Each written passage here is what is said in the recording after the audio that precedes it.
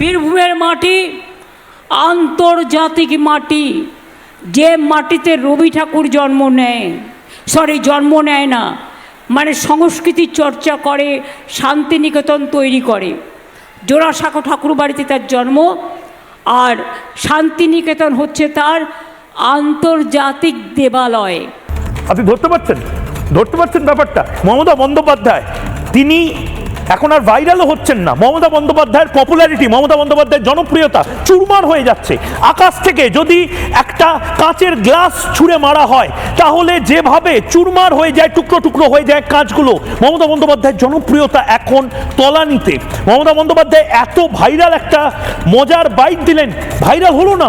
আমি সোশ্যাল মিডিয়ায় দেখলাম মমতা বন্দ্যোপাধ্যায়ের এই বাইট ভাইরাল হয়নি, কারণ মমতা বন্দ্যোপাধ্যায়ের এই টেনশনটা নিয়ে মানুষও এখন মস্করা করতে চায় না। অন্য সময় মমতা বন্দ্যোপাধ্যায় হয়তো ভাইরাল মোমেন্ট দিয়ে দিতেন, কিন্তু এখন সত্যি মমতা বন্দ্যোপাধ্যায় তিনি টেনশন করছেন। হয়তো মমতা বন্দ্যোপাধ্যায়ের মাথায় অসম্ভব টেনশন এই মুহূর্তে।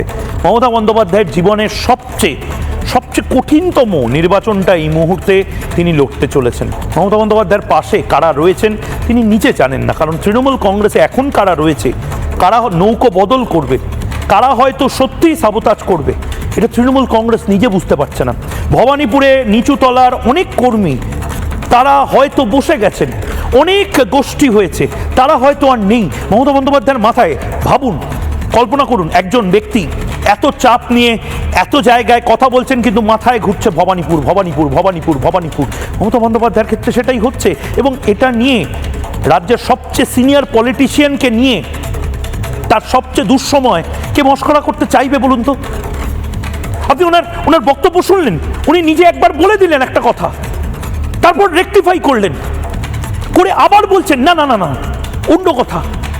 এর মধ্যে হাসির কিছু নেই, এটা মমতা বন্দ্যোপাধ্যায় নিজে বুঝতে পারছেন। এর মধ্যে বেদনা রয়েছে।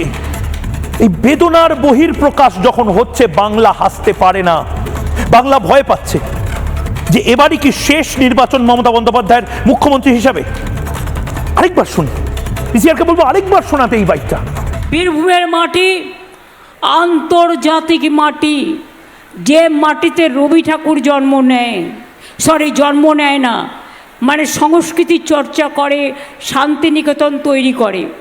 জোড়াসাঁকো ঠাকুর বাড়িতে তার জন্ম, আর শান্তিনিকেতন হচ্ছে তার আন্তর্জাতিক দেবালয়।